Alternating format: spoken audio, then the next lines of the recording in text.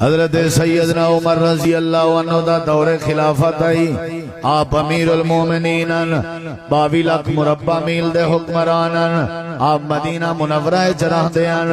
حضرت عمر دے دور حضرت نافع بن عبد الحارث رضی اللہ عنہ مکے دے گورنران۔ حضرت نافع دا ارادہ تھے میں مکے وچوں سفر کراں مدینہ منورہ ون کے حضرت امیر عمر دے نال ملاقات کراں۔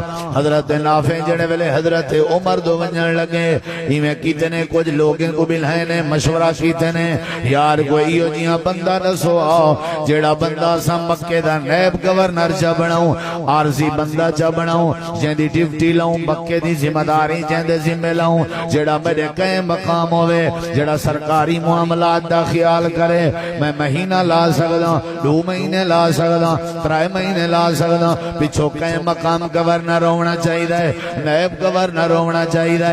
جنہ لوگاں کو حضرت نافع سڈی بیٹھے ہیں سارے دی صلاح بنی ہے، ایک بندہ حاجیں دا نا عبد الرحمن تے ابے دا نا سی ابزا، عبد الرحمن ابن ابزا جن دا نا عبد الرحمن آئی، اندے ہوتے فیصلہ تھے وہ مکے دا نیب گورنر بنا دیتا گئے۔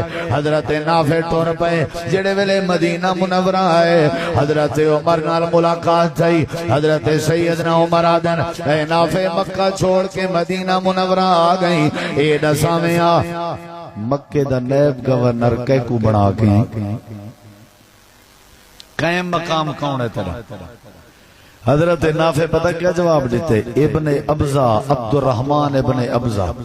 اچھا اے او ابن ابزا تا نہیں جڑا غلام ہا کئی زمانے، جی اے وہ ہے جڑا غلام ہونا۔ حضرت عمر غصے طبیعت دے مالکن کاوڑے چاہ گئے، آکھن لگن جڑا غلام طبیعت آئی تساں کو قائم مقام گورنر چا بنائے، بیا بندہ کوئی نہیں لدھا تو اکو مکے ہن ذرا غور نہ لکھا ہے، سیانے بندے بیٹھے۔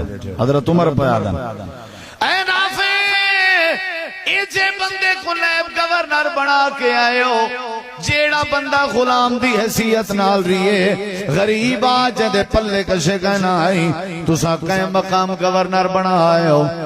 اے نافع میں پوچھ سکدا جو اے دسو عبد الرحمن ابن ابزا کیڑی خوبی ہے جن دی وجہ تو تسا قائم مقام گورنر بنائے؟ حضرت نافع جواب بنن اساں سارے مشورہ کیتا، اساں پوری شورا سڈی آئی، اساں جڑی خوبی عبد الرحمن ابن ابزا ڈٹھی ہے او اے ہے انہو قارئ بکتاب اللہ